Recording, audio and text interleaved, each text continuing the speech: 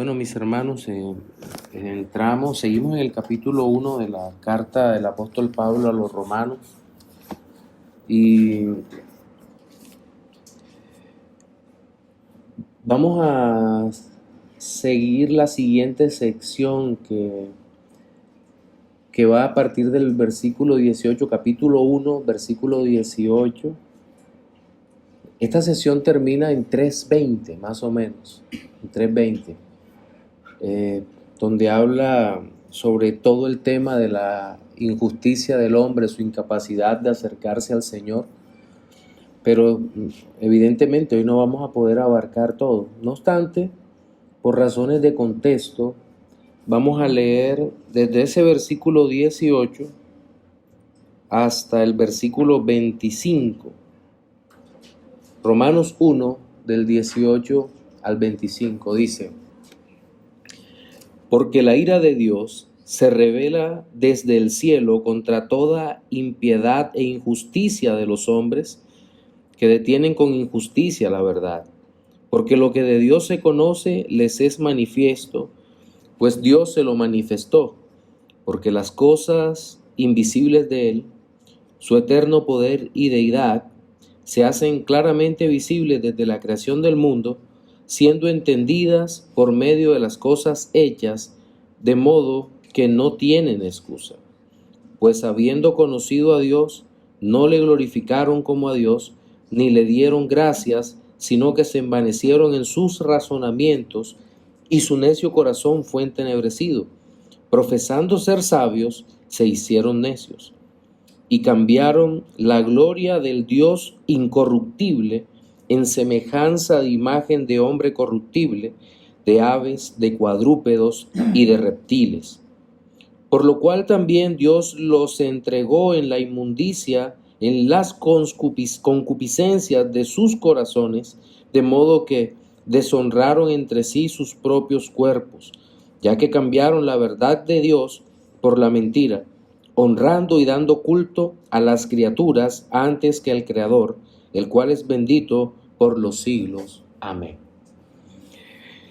Bien, habíamos visto la salutación del versículo 1 al 7, luego una oración de agradecimiento en donde el apóstol Pablo manifiesta el deseo de estar en Roma compartiendo con los hermanos. Y luego hablamos de los versículos 16 y 17 donde se introduce el gran tema de la carta, no el único. Es decir, la justificación por la sola fe en Jesucristo. Es el tema que se retomará posteriormente en 3:21. Pero luego aparece esta verdad, como dice uno de los que compilan el trabajo de Lloyd Jones, creo que se llama Roy Jenkins Davis, o Davis, no sé cómo el otro apellido cuál es. Él dice: quisiéramos quedarnos encumbrados en esa cima maravillosa de la justificación por la fe, del Evangelio, que aparece en el versículo 16, donde Pablo dice: no me avergüenzo del Evangelio, porque es poder de Dios para todo aquel que cree.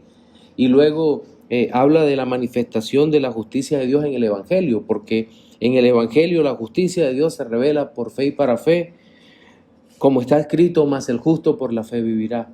Pero luego inmediatamente ubicado como una especie de antítesis, nos aparece un porque la ira de Dios se revela desde el cielo contra toda impiedad e injusticia de los hombres que detienen con injusticia la verdad. Y seguidamente vendrán dos porqués, en el versículo 19 y en el versículo 20.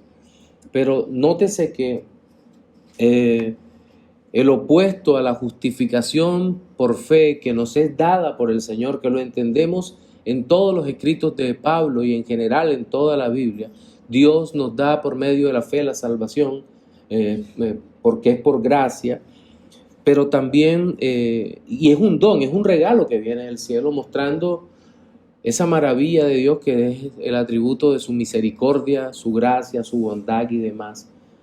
Pero luego viene esto, que que nos habla acerca de que la ira de Dios se manifiesta o se revela desde el cielo contra toda impiedad e injusticia. Antes de seguir adelante, necesitamos preguntarnos a quién va dirigida esta parte de la ira de Dios se revela desde el cielo contra toda impiedad e injusticia. Si es a todos los hombres, es decir, incluidos judíos y griegos, judíos y gentiles, o si solamente se refiere a los gentiles, o si únicamente se refiere a eso. Es la pregunta que nos asalta, porque en el capítulo 2 hay una referencia directa a los judíos, donde dice, mira, tú que eres judío, ¿por qué te comportas de esta manera? ¿Cuál es la razón para hacerlo? Entonces, digamos que hay dos líneas de pensamiento, una donde simplemente se habla de los hombres gentiles que están apartados de toda razón, sobre todo porque en el texto no se cita a la ley, ni las promesas, ni los pactos, mientras que ya en el capítulo 2 y en el capítulo 3 se le habla a los judíos diciéndole, pues ¿de qué sirve ser judío? Entonces Pablo dice, mucho, pues de ellos son los pactos, las promesas y demás. Es decir, digamos que hay una mayoría, no absoluta, pero sí una mayoría de eruditos que se inclinan más por pensar que esto está dirigido a hombres que no son judíos, sino que son gentiles y que no conocen la ley de Dios, pero que igual no van a tener ninguna excusa, porque Dios se les ha manifestado a ellos a través de su creación. Entonces, en esta primera parte empieza a hablar desde la ira de Dios. La ira de Dios que se revela desde el cielo. ¿Contra qué? Contra la impiedad y la injusticia. Bien, estas dos palabras son bastante significativas. Impiedad e injusticia van unidas. No creo que puedan separarse. Una sí se refiere a la no reverencia a Dios. Algunos, como MacArthur, por ejemplo, tienen la tendencia a pensar en la impiedad únicamente en términos litúrgicos. Es decir, no ofrecerle a Dios el servicio que Dios exige.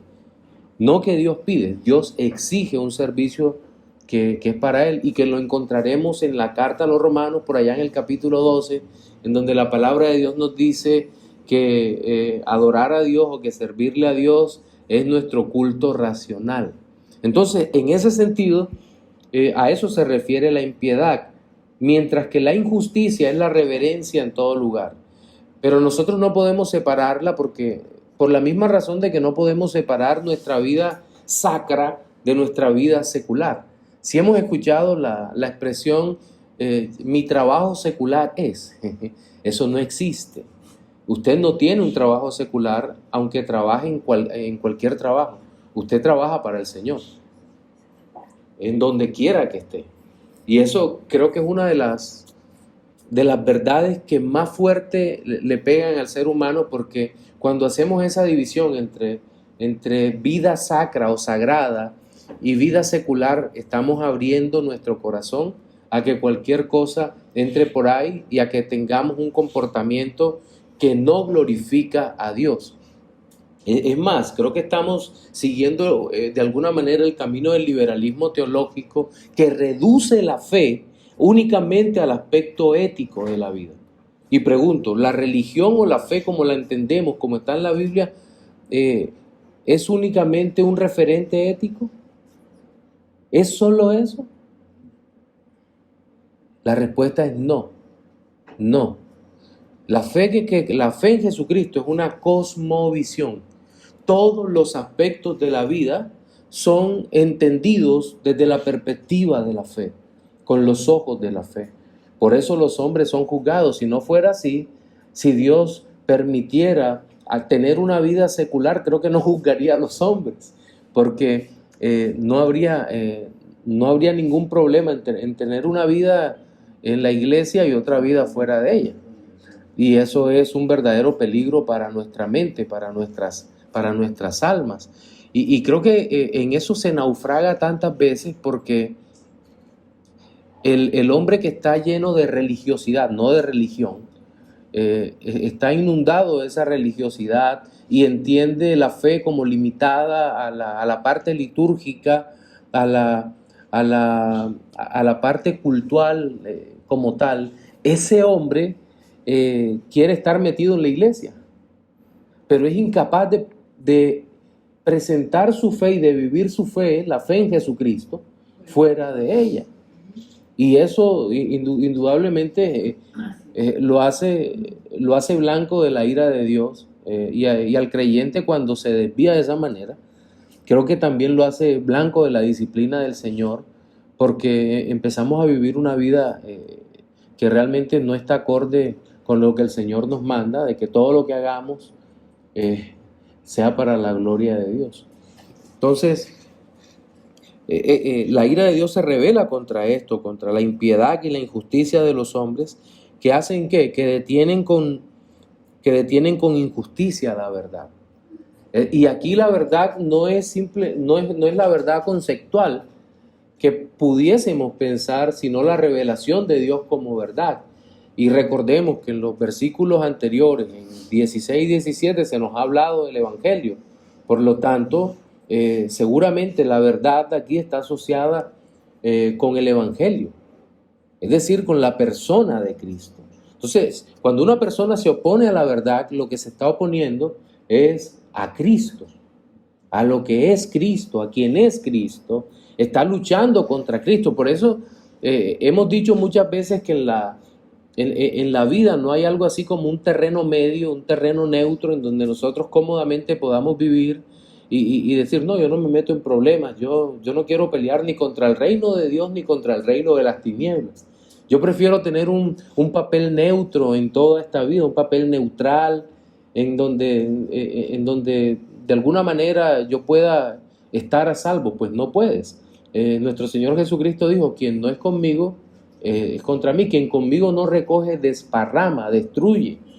Entonces, creo que esto siempre debe estar presente en nuestra mente, porque el que no está en Cristo está deteniendo la obra de Cristo, está estorbando.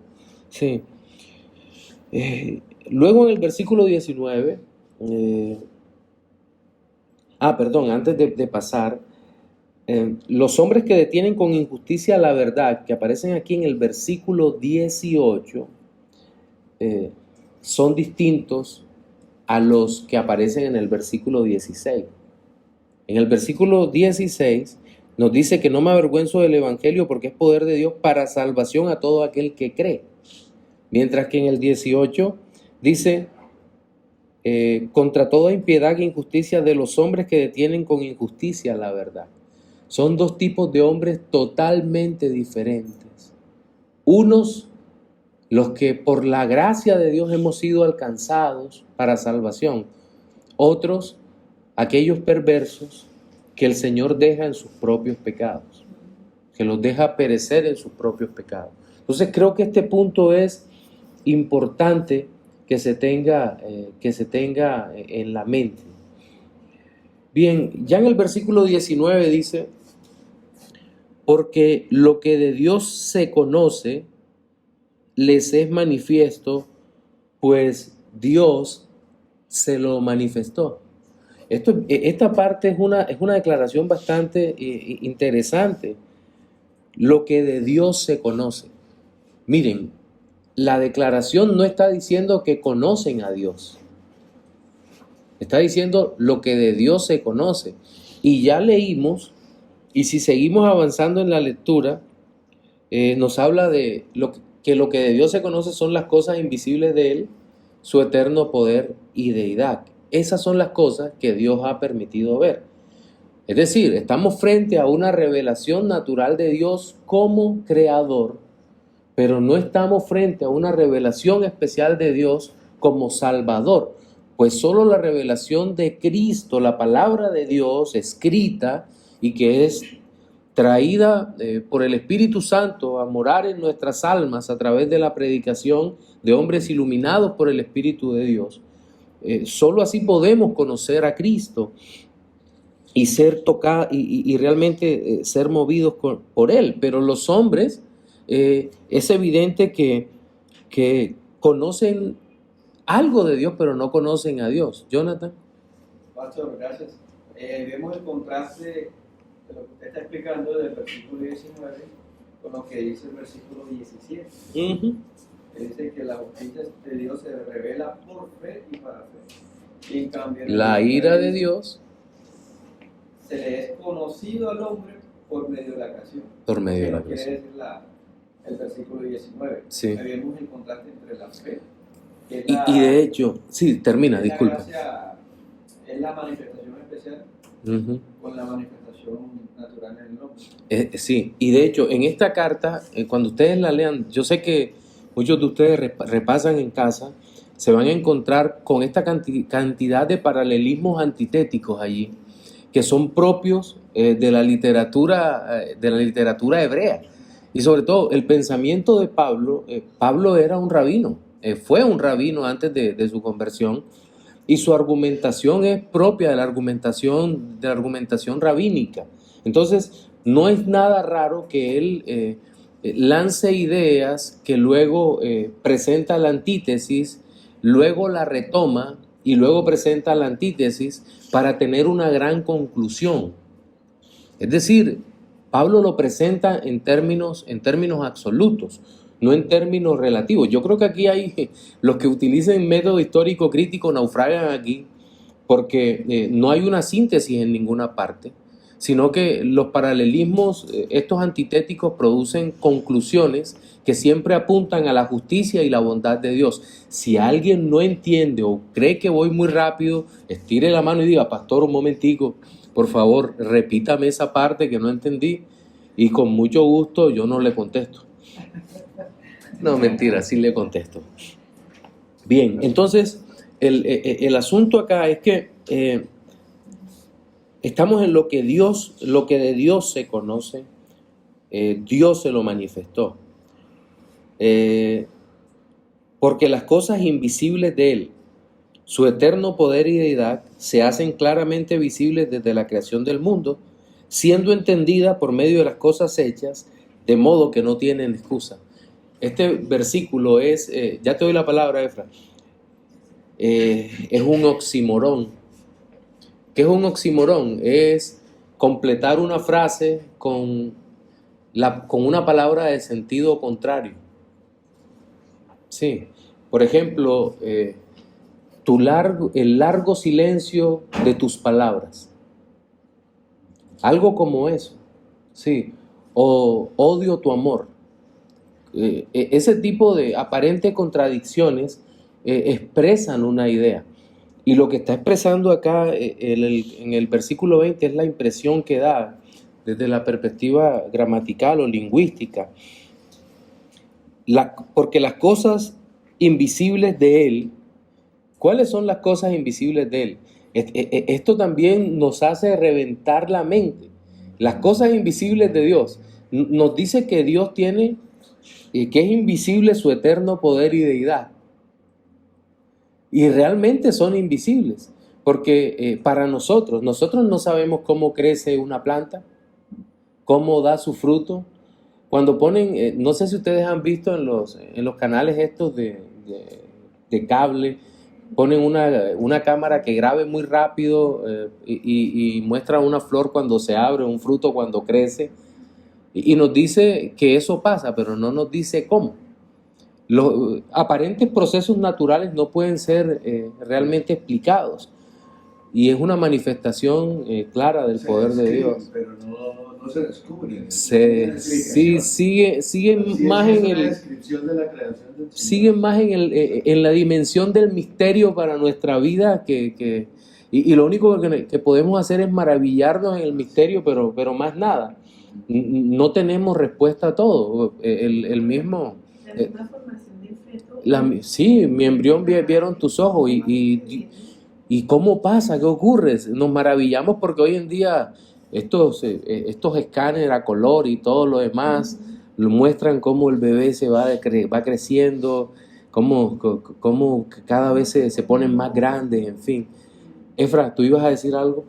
No, es que lo estaba buscando, pero no me acuerdo, estudiando un pasaje en un comentario, pero no me acuerdo cuál era. Él decía que el contexto donde Pablo estaba predicando esto era de hecho, históricamente eran los contextos más religiosos.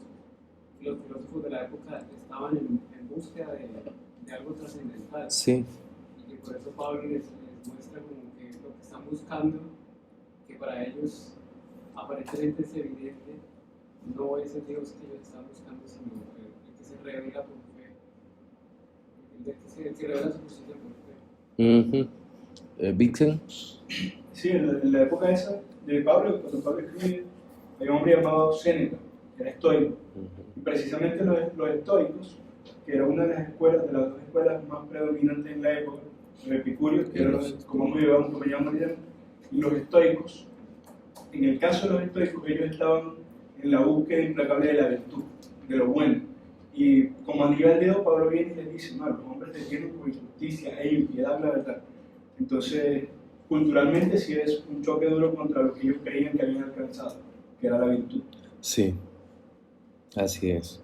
Ahora, volvemos al versículo 20, porque la profundidad del versículo es realmente maravillosa. Dice, porque las cosas invisibles de Él, su eterno poder y deidad, y aquí es donde viene lo que nos pone a pensar, se hacen claramente visibles desde la creación del mundo, siendo entendidas por medio de las cosas hechas, de modo que no tienen excusa. Hay varias palabras que necesitamos considerar dentro de su contexto para poder seguir profundizando. Primero es que el tema de poder y deidad de Dios se hacen claramente visibles. Me llama la atención la adjetivación que sigue allí. Claramente visibles, se hacen. Es decir, es como si aparecieran delante del hombre diciendo, esta es mi revelación. Es lo que el Dios Todopoderoso nos está diciendo. Esta es mi revelación. Aquí está, o como llaman algunos, el libro de la creación. Y el libro de la creación nos invita a leer para saber que hay un creador. Eso ha dado pie para que algunas personas o etnias o algo adoren la naturaleza. Pero es justamente el vano razonamiento lo que lo lleva a eso, como vamos a ver ahora en el versículo 21. Porque la creación de Dios no fue dada para ser adorada, sino para que testificara acerca de Él mismo. O sea, el propósito por el cual Dios pone esa naturaleza allí y la da es para mostrar su gloria.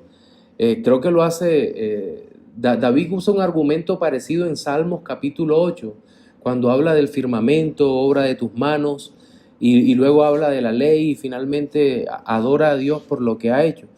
Fíjate que algunos filósofos como Kant se maravillaban en eso, se maravillaban en la creación, pero su sistema cerrado de pensamiento, su deísmo, su antisobrenaturalismo, que posteriormente derivaría en un agnosticismo creciente, no lo dejan ver la realidad de la creación de Dios, y termina sepultado en su propio pensamiento, termina destruido por su propio pensamiento. Entonces, el contraste aparece aquí en la Escritura cuando nos dice la palabra de Dios que esas maravillas de Dios se hacen claramente visibles, y luego dice siendo entendidas. Es decir, no solamente está el testimonio de lo visible y de la creación de Dios, sino que esa creación permitiría al hombre saber que hay un Dios, aunque no conociera al Salvador. Pero por lo menos me gusta una parte que comenta MacArthur ahí, que dice, el hombre que se maravilla con la creación de Dios y entiende que hay Dios, seguramente Dios presentará el Evangelio de alguna manera.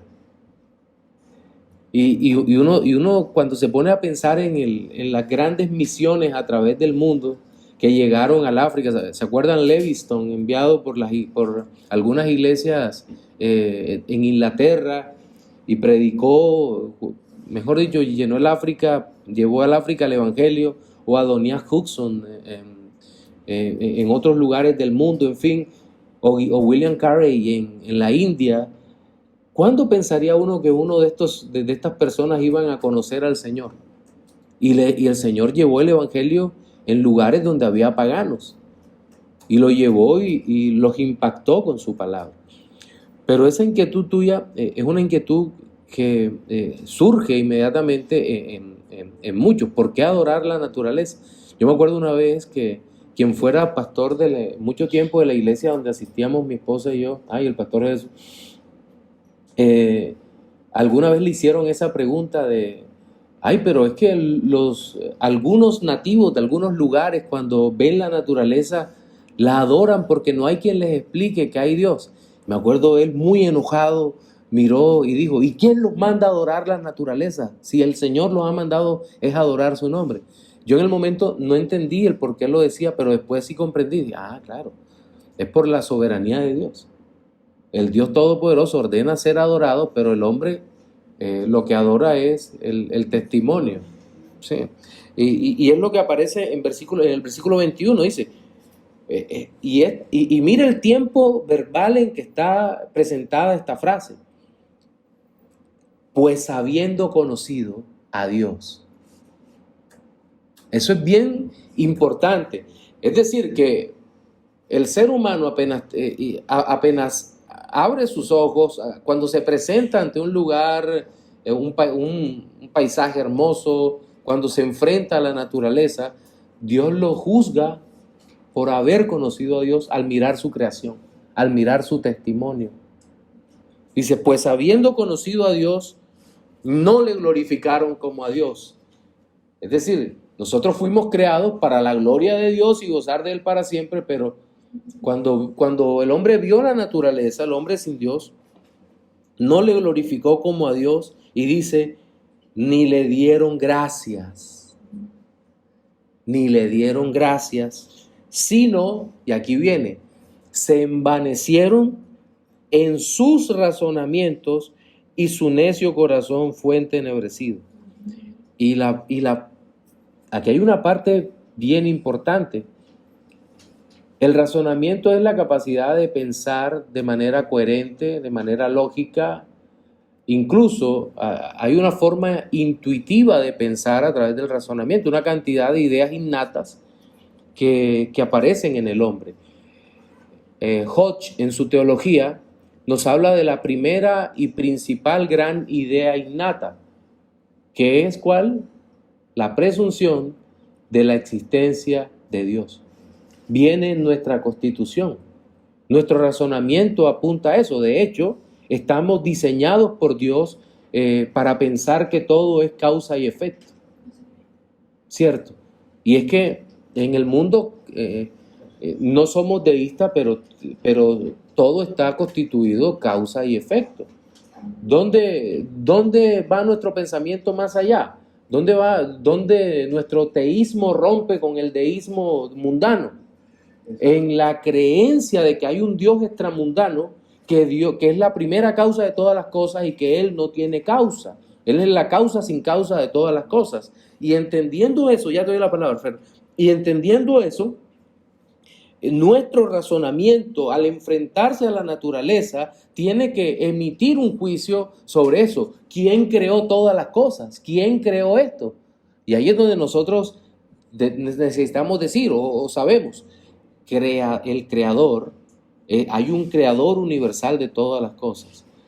Fernando, y aclaro luego los términos deísmo y teísmo por si acaso alguno no... Me llama la atención lo que tú planteas y es la causa y el efecto, y al parecer, o por lo que el versículo 18, 19 y 20 plantea, es precisamente la causa, ¿no? Es de la causa y luego viene el efecto, sí, que es, pues, sabiendo todo, sí. cayeron y se...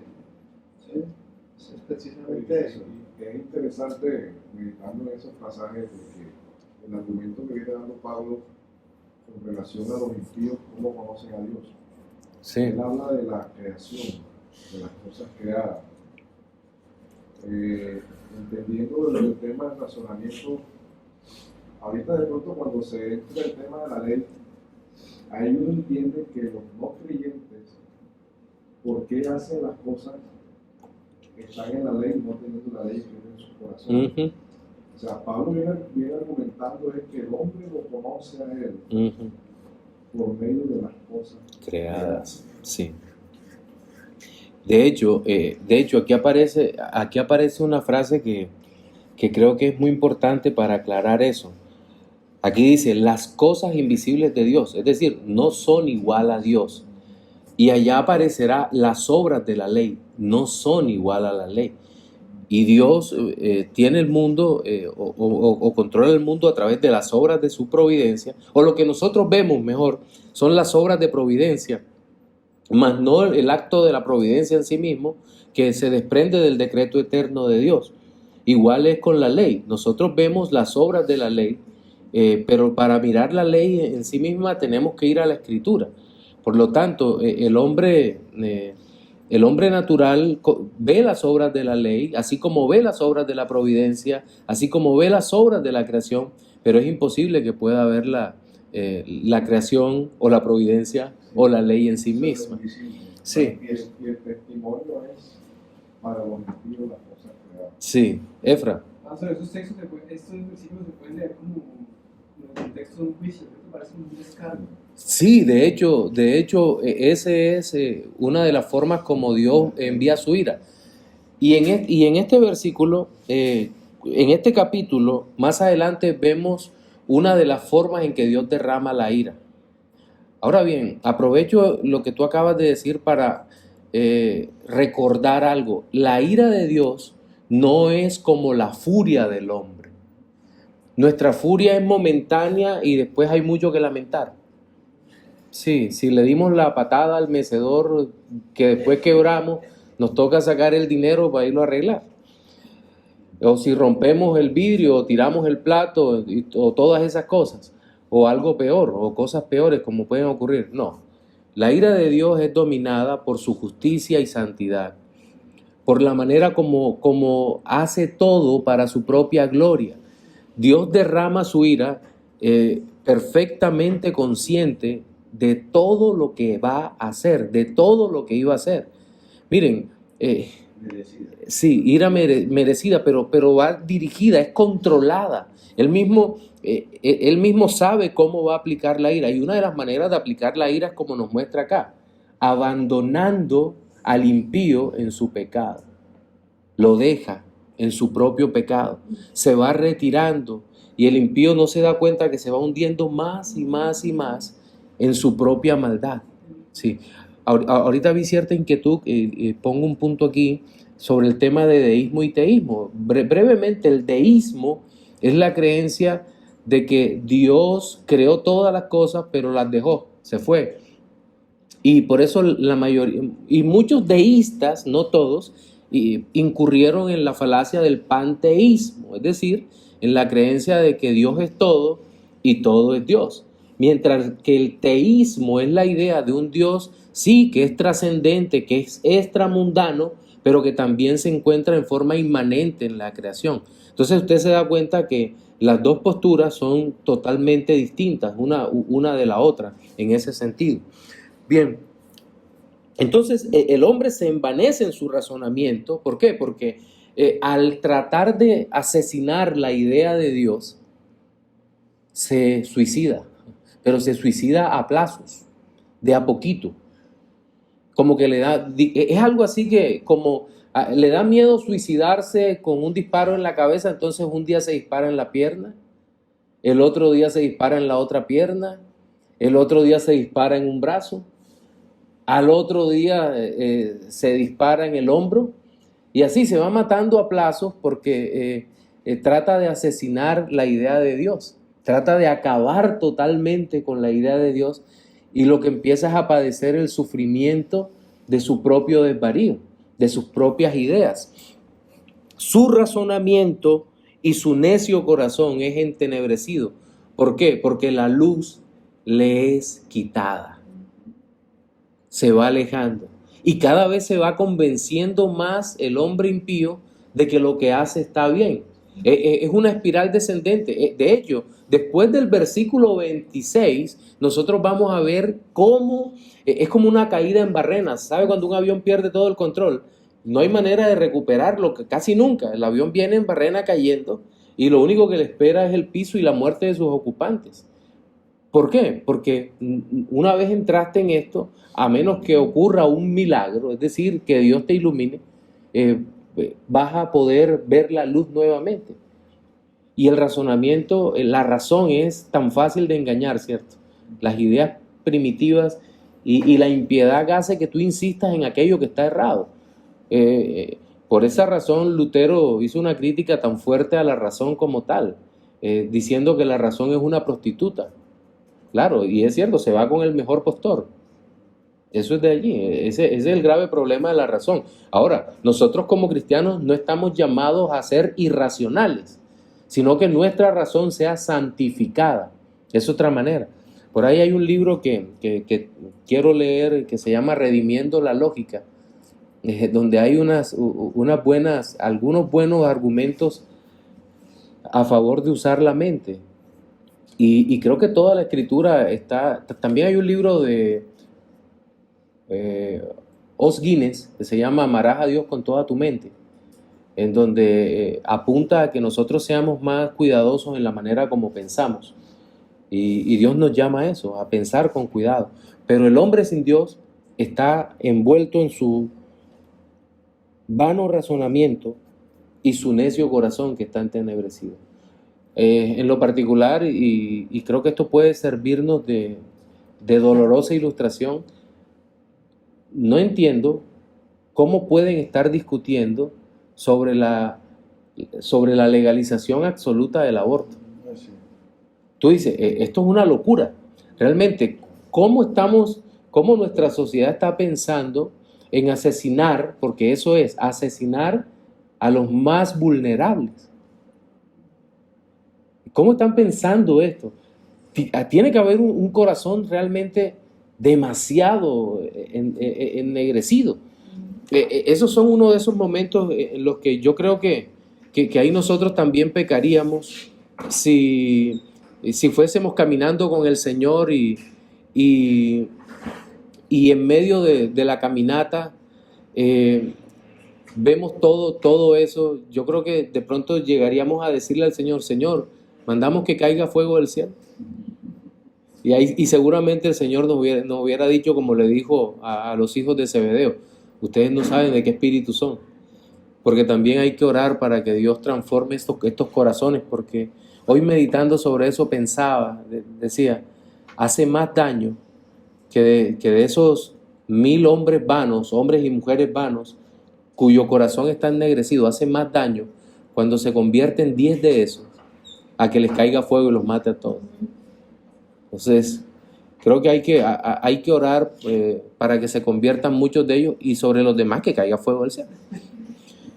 Es ahí como que el Señor también, como dice ahí, los entregó a sus propios. Sí, ya llegan a un punto donde realmente no pueden razonar. Y de hecho, el versículo 22 y hasta el 23, todo va en esa línea. Dice, profesando ser sabios. Mire esto, profesando ser sabios, se hicieron necios. Claro que se hacen necios, porque entre más lejos estés de Dios, tu pensamiento es un desastre. Lo entendemos nosotros por el pecado. Entre más lejos estemos de Dios, nuestro pensamiento es un desastre, es vano, es sin sentido. Apunta en otra dirección, se pierde, naufraga en medio del mundo. Profesando ser sabios. Esa es la sabiduría de este mundo, la cual es satánica. Y es verdad. Lo decía un estudiante nuestro acá en clase de seminario, cuando empezábamos a hablar sobre el tema de las ideologías actuales. Y él me dice, pastor, ¿de dónde sale o qué mueve esta ideología? Yo le decía, no, esto es una ideología satánica. Sí. Y él dice, gracias por decirlo, porque a veces entre reformados como que nos da miedo decirlo. Pero ¿por qué nos va a dar miedo? Si es verdad, todo esto. Ahora, alguien puede decir, mira, todo esto es la pura maldad del hombre que no necesita de Satanás para ser tan malo. Eso puede ser verdad, y sobre todo que en los primeros 15 capítulos de Romanos no aparece Satanás por ninguna parte. Pero hay un asunto detrás de todo eso, es que la maldad del hombre siempre será ayudada por el pensamiento impío, por el pensamiento infernal del diablo que está detrás de todo esto. Sí, el hombre no necesita de Satanás para condenarse a estas alturas de la vida, pero él siempre trata de ayudarlo a que se condene. Sí, le da una mano. Profesando ser sabios, se hicieron necios. Otra vez, la antítesis del evangelio, de la fe, del creer, es la necedad del hombre, la maldad del hombre. Están puestos en contrastes. Hombre salvado, hombre dejado en sus pecados. Y cambiaron, mire esto, cuando el resultado de todo esto, profesando ser sabios, se hicieron necios y se describe la necedad. Y cambiaron la gloria del Dios incorruptible en semejanza de imagen de hombre corruptible, de aves, de cuadrúpedos y de reptiles. Entonces, aquí lo que aparece es una forma de idolatría primitiva, contrario a lo que piensa Bullman en sus libros de religiones comparadas y algunos discípulos de esas escuelas de teología radicales. Nosotros podemos ver que las comunidades primitivas no eran comunidades idólatras. De hecho, la arqueología apunta en esa dirección. Lo que ha encontrado la arqueología es que las comunidades primitivas, aunque se alejaron de Dios por el pecado, todavía muchas comunidades eran monoteístas. Y les pongo un caso, China. R.B. Girleston en el libro Sinónimos del Antiguo Testamento hace una descripción del nombre de Dios y de cómo el nombre de Dios es traducido al mandarín y cómo se encontraron rastros del nombre de un dios en la China al que le llamaban Shanti, el rey de los cielos. Y este dios era el Dios todopoderoso, creador, que no tenía imágenes. Posteriormente empezamos a notar un crecimiento de la idolatría en la China y en muchas naciones ocurrió exactamente lo mismo. Aparece una idolatría terrible, empezaron a adorar la naturaleza en sí, el rayo como tal, los fenómenos naturales, los animales y todas estas cosas. ¿Decías algo, Arnulfo? Todo, los astros, todo se empezó a adorar. ¿Por qué? Porque el necio corazón fue entenebrecido. Y como estamos hechos para pensar en causa y efecto, entonces el necio dijo, bueno, ¿qué habrá creado esto? Necesitamos algo visible que nos ayude a entender qué creó todo. Debe ser el sol, porque cuando el sol sale florecen las plantas, o el agua, o la tierra. Lógico, pero incorrecto. Lógica impía en su mejor versión. Necesitamos algo invisible, algo trascendente. Es la necesidad del corazón humano, pero esa necesidad que ha sido puesta allí claramente por nuestro Dios para que lo busquemos a Él y para que nuestra alma encuentre satisfacción en Él y no en las obras de la creación. ¿Alguna pregunta hasta acá? Esa palabra puede generar, bueno, nosotros sabemos una confusión en algunos, habiendo conocido a Dios, es más bien como habiendo sabido de Él. Sí. En algún momento Job dijo, Dios, te había oído. Sí. Es que tiene que ser habiendo hemos sabido de él, porque antecitos dice, cuando habla de los impíos, dice, lo que de Dios Se conoce. no es todo. No es todo. O sea, lo que de Dios les permite conocer. Sí. Algunas cosas son manifiestas de las cosas. Así es. Es lo que de Dios. Lo que de Dios se Y de conoce. forma que lo conoce de forma natural. Sí. Con los sentidos, con los sentidos afectados por el pecado y no por la fe. Y ahora es por los sentidos. Claro. Mediante las cosas. Y acuérdate que esa es una de las divisiones de la religión natural. Y esta religión natural y naturalmente pagana es distinta a la religión sobrenatural revelada por Dios, mostrada por Dios, que aparece en los versículos 16 y 17. Vicente, tú alzaste la mano, mi hermano. Sobre el término de conocer, en universidad pastoral es como hablo en hebreo. Para ellos el término conocer era una cuestión más que solo tener información sobre un concepto. Es decir, nosotros no estamos hablando, cuando Pablo escribe en Romanos 1, de una noción de cuento de hadas. O sea, Pablo no los acusaba de haber escuchado un cuento de hadas que un Dios existía. Porque a quién se le puede acusar de no creer en un cuento de hadas. Sino que los acusaba de que habiendo experimentado cosas, así sea pocas, así sea difusas, pero habiendo experimentado realmente que Dios existe, como por medio de lo creado, aún así lo rechazaron. Aún así se fueron por un camino equivocado. Sí, así es.